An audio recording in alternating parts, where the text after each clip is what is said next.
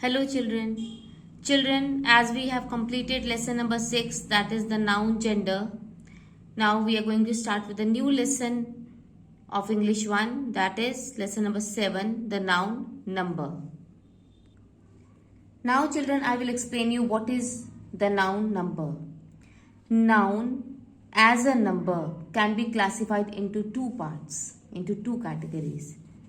One is singular and the other is plural. One is singular and the other is plural. Singular means one and plural means many, or you can say more than one. Singular means one and plural means more than one, or you can say many. I will give you an example here. A man was throwing a stone at a frog. Now children, first of all, let me underline the nouns here. Which are the nouns here? Man, stone, frog. Man is a person, stone is the name of a thing, and frog is the name of an animal.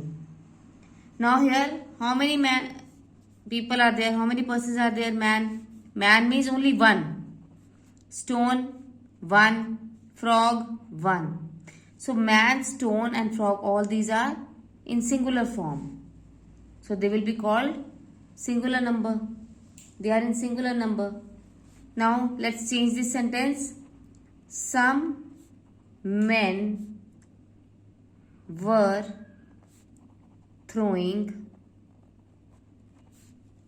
stones at frogs. Now we have changed this sentence. In place of man, we have written men. Men were throwing stone. In place of stone, we have written stones. And in place of frog, we have written frogs. Now you can see here in the first sentence, man, stone and frog. They all tell us they are singular in number, means they are one. But here some men means more than one, were throwing stones. Stones means more than one, and at frogs, and frogs also means more than one. So all these three words, men, stones and frogs, what do they stand for? They stand for more than one person, animal or a thing. They stand for more than one person, animal or a thing. So these are called plural in number. In the first sentence, I told you they are singular. Now children, there are some rules for changing the singular nouns to plural nouns. Rules for changing singular into plural. Now let's start with the first one. Now children, there are some nouns which form their plurals by adding only s in the end. Where we add only s in the end. Like suppose, I will give you an example. Cake, cakes. Flower, flowers. Here only s is added at the end and we have formed the plural noun. The second one is the nouns which end with ch, sh, s, double s or x.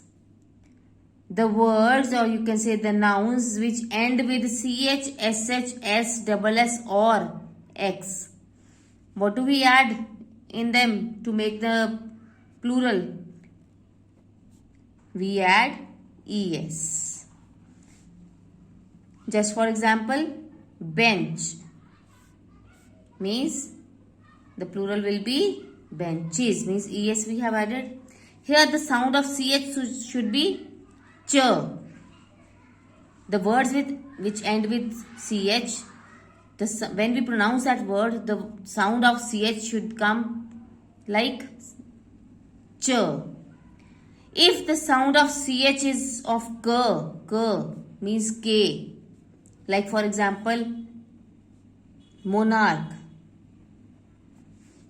Here ch, the word is ending with ch, but the sound of k is coming here. The sound of ch is not coming. So we will add only s to make it a plural. Monarchs. We will add here only s. You must make sure that when a word ends with ch, the sound of ch should be of ch, not k. If it is of ch, then es will be added, like here I have given you example, bench, benches, or you can see church, churches. Here you can see the sound of ch is coming. But if it is monarch, means the sound of ch is k, then we will add only s. Now the word which end with sh, like bush, it is ending with sh, we will add es, bushes. The word which end with s, only s, bus, buses. The word which end with double s, like class, again es we will add, classes. The word which end with x, box, boxes, fox, foxes. So here, this is the second rule. The words with end with ch, sh, s, double s or x, we add es to the word to change it into plural form. So children, I will explain you up till here in this video. Rest of the rules of how to change the singular nouns into plural nouns, I will explain you in the next video. Thank you.